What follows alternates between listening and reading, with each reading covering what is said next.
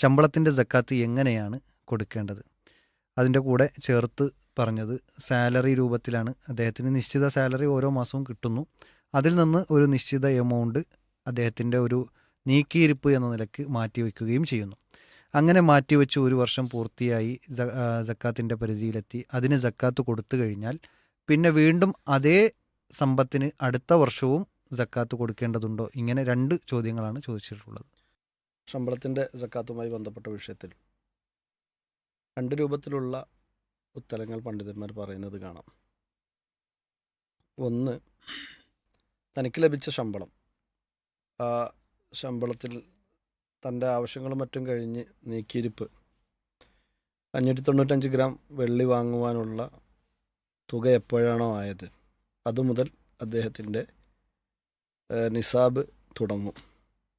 പിന്നീട് എന്നാണോ ഒരു വർഷം തികയുന്നത് ആ സമയത്ത് എത്രയാണോ ഈ 595 ഗ്രാം വെള്ളിയുടെ മൂല്യമുള്ള തുകയേക്കാൾ കുറയാതെ എത്രയാണോ തൻ്റെ അക്കൗണ്ടിൽ ബാക്കി നിൽക്കുന്നത് അതിൻ്റെ 2.5% നൽകുക എന്നതാണ്.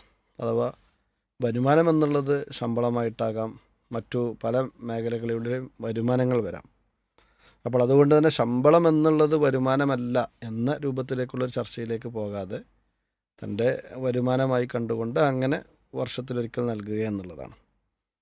രണ്ടാമത്തെ ഒരു വിഭാഗം പണ്ഡിതന്മാർ പറഞ്ഞത് ശമ്പളം എന്നുള്ളത് ഓരോ മാസവും ലഭിക്കുന്ന ശമ്പളം പുതിയ മുതലാണ്, ഒന്നിൻ്റെ ബാക്കിയാണ് എന്ന് പറയാൻ സാധ്യമല്ല. അതല്ലെങ്കിൽ നിലവിലുള്ള ഒരു വരുമാനത്തിൻ്റെ സ്രോതസ്സിൽ നിന്നും അതിൽ നിന്ന് ലഭിക്കുന്ന ലാഭം എന്നുള്ള രൂപത്തിലൊന്നും കാണാൻ കഴിയുകയില്ല. ഓരോ മാസവും പുതിയ ശമ്പളമാണ് ഒരാൾക്ക് ലഭിച്ചുകൊണ്ടിരിക്കുന്നത് എന്നാണ്. അത്തരം പണ്ഡിതന്മാർ പറഞ്ഞത് അങ്ങനെയാണ് എങ്കിൽ ഓരോ വർഷവും, അതായത് ആദ്യത്തെ ഒരു വർഷത്തെ സംബന്ധിച്ചിടത്തോളം സക്കാത്ത് ഉണ്ടാവുകയില്ല വാങ്ങുന്ന വർഷങ്ങളിൽ, ആദ്യത്തെ ഒരു വർഷം.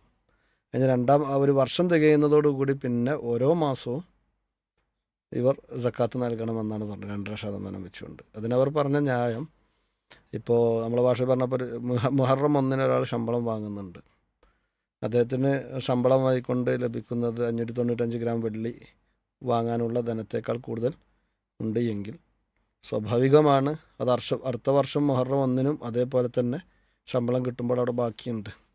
അതുകൊണ്ട് മുഹറത്തേത് ആ മുഹറത്തിലാണ് നൽകേണ്ടത്, അടുത്ത സഫറിൽ നൽകുന്നു. ഇങ്ങനെ പിന്നീട് അവിടെ നിന്ന് അങ്ങോട്ട് ഓരോ മാസവും 2.5% സക്കാത്ത് നൽകുക എന്ന് പറഞ്ഞ പണ്ഡിതന്മാരെയും കാണാൻ കഴിയും. അങ്ങനെ അതിൻ്റെ ഒരു കണക്ക് നോക്കലും അത് ഓരോ മാസവും അതിൽ നിന്ന് എത്ര പോയി, എത്ര ചിലവായി, 595 താഴെയായോ കൂടിയോ, ഇനി അടുത്ത മാസത്തേത് നിന്നാണ് ഞാൻ എടുത്തത്, ഈ മാസത്തിൽ നിന്നാണ് എടുത്തത് എന്നൊക്കെ കണക്ക് കൂട്ടുക എന്ന് പറയുന്നത് വലിയ പ്രയാസമാണ് എന്നതുകൊണ്ട് തന്നെ ഒന്നാമത് പറഞ്ഞ അഭിപ്രായമാണ് സാധാരണഗതിയിൽ നടപ്പിലാക്കുവാനും മറ്റും എളുപ്പമെന്നുള്ള നിലക്കും പണ്ഡിതന്മാർ ആ കാര്യത്തെ കൂടുതൽ പ്രോത്സാഹിപ്പിക്കുന്നതായി കാണാൻ കഴിയും. അഥവാ വർഷം തികയുന്ന മുറയ്ക്ക് തൻ്റെ ബാലൻസ് 595 ഗ്രാം വെള്ളിയുടെ മുകളിൽ വാങ്ങാനുള്ള ധനത്തിൻ്റെ മുകളിലുണ്ട് എങ്കിൽ അദ്ദേഹം സക്കാത്ത് നൽകണമെന്നതാണ്. രണ്ടാമത്തത്, ഇപ്പോൾ ഈ വർഷം നമ്മൾ സക്കാത്ത് നൽകി, ഇനിയും നമുക്ക് 595 ഗ്രാം വെള്ളി വാങ്ങാനുള്ള ക്യാഷിനേക്കാൾ കൂടുതൽ ക്യാഷ് ഉണ്ട് താനും. സ്വാഭാവികമാണ് അവിടെ മുതൽ വീണ്ടും അടുത്തൊരു വർഷം തികയുന്ന സമയത്താണ് നമ്മളോട് കൊടുക്കാൻ പറഞ്ഞത്. അവിടെ ഒരു പുതിയ വർഷത്തിൽ നമ്മുടെ കയ്യിൽ ആ ധനം അവശേഷിച്ചിട്ടുണ്ട്, 595 ഗ്രാം വെള്ളിയുടെ മൂല്യമുള്ള ധനം അവശേഷിച്ചു എന്നതുകൊണ്ടാണ് അതിൻ്റെ 2.5% കൊടുക്കാൻ പറഞ്ഞത്. അതൊരു പുതിയ സാമ്പത്തിക വർഷത്തിലെ പുതിയ പണമായിക്കൊണ്ടാണ് അതിനെ കണക്ക് കൂട്ടുക. കാരണം ഇത് നമ്മൾ എപ്പോഴും മനസ്സിലാക്കേണ്ടത്, അല്ലാഹു സുബ്ഹാനഹു വ തആല നമുക്ക് റിസ്ക് നൽകിയിട്ടുള്ളത് നമുക്ക് അത് ഉപയോഗിക്കുക എന്നതുപോലെ തന്നെ അതിൽ പാവപ്പെട്ട ആളുകൾക്ക് അവകാശം കൂടിയായിട്ടാണ് നൽകിയിട്ടുള്ളത്. അപ്പോൾ അത് അവരുടെ ധനം നമ്മുടെ കൈകളിൽ അല്ലാഹു സുബ്ഹാനഹു വ തആല തന്നത് കൊണ്ട് തന്നെ അതിൻ്റെ സമയമാകുന്ന ഘട്ടത്തിൽ അത് അവരുടെ അവകാശം എന്നുള്ള നിലയ്ക്ക് തന്നെ നമ്മൾ കൊടുക്കുമ്പോൾ അതിന് നമുക്ക് പ്രതിഫലവും അല്ലാഹു സുബ്ഹാനഹു വ തആല ധാരാളമായി കൊണ്ട് നൽകുന്നു എന്നതാണ്.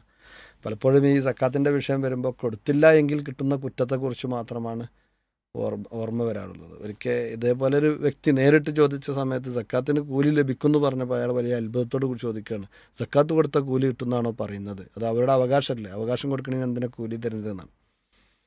കൊടുത്തില്ലെങ്കിൽ കുറ്റം കിട്ടുമെന്നറിയാം. അവിടെയാണ് നമ്മളെപ്പോഴും മനസ്സിലാക്കേണ്ടത്, സുന്നത്ത് നിസ്കാരത്തിനേക്കാൾ പ്രതിഫലം ഫർള് നിസ്കാരത്തിനാണ്. കാരണം ഫർള് നിസ്കാരം ഒഴിവാക്കി കഴിഞ്ഞാൽ കുറ്റം കിട്ടാനുമുണ്ട്. സുന്നത്ത് നിസ്കാരം ഒഴിവാക്കി എന്നതിൻ്റെ പേരിൽ കുറ്റം ഇല്ല.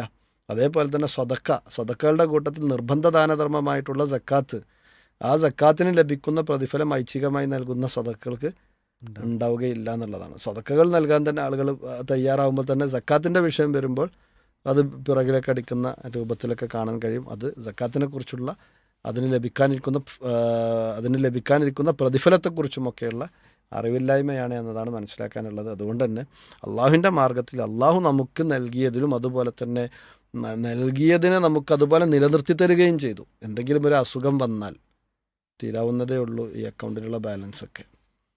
അതല്ലെങ്കിൽ വേറെ എന്തെങ്കിലും ആ രൂപത്തിലുള്ള ഒരു നഷ്ടം വന്നു കഴിഞ്ഞാൽ എല്ലാം ഒറ്റയടിക്ക് നശിക്കും. അങ്ങനെയൊന്നുമില്ലാതെ നമ്മുടെ ആവശ്യത്തിന് ഉള്ളതൊക്കെ, നമ്മുടെ ആവശ്യങ്ങളൊക്കെ വളരെ കൃത്യമായി നടക്കുന്നു. അതോടൊപ്പം തന്നെ വീണ്ടും 595 ഗ്രാം വെള്ളി വാങ്ങാൻ ആവശ്യമായ ധനം ഒരു കുറവുമില്ലാതെ നമ്മുടെ അക്കൗണ്ടിൽ നിലനിൽക്കുകയും ചെയ്യുമ്പോൾ ഇത് അള്ളാഹു നമുക്ക് നൽകിയ അനുഗ്രഹമാണ്. ആ അനുഗ്രഹത്തിന് നമ്മൾ സക്കാത്ത് എന്ന് പറയുന്ന നന്ദി നമ്മൾ ചെയ്യുമ്പോൾ ഇൻ ശക്കർത്തും ല അസീദന്നക്കും, നമ്മൾ ഇനിയും നന്ദി ചെയ്യുവാൻ ആവശ്യമായ രൂപത്തിൽ വർധനവ് അല്ലാഹു സുബ്ഹാനഹു വ തആല നമുക്ക് നൽകുമെന്ന് തന്നെയാണ് ആ വിഷയത്തിൽ നമ്മൾ മനസ്സിലാക്കേണ്ടത്. സദഖ കൊടുത്തതിൻ്റെ പേരിൽ ആരും തന്നെ നശിച്ചു പോയിട്ടില്ല എന്നാണ് റസൂലുള്ളാഹി സ്വല്ലല്ലാഹു അലൈഹി വസല്ലമ പഠിപ്പിച്ചു തന്നിട്ടുള്ളത്.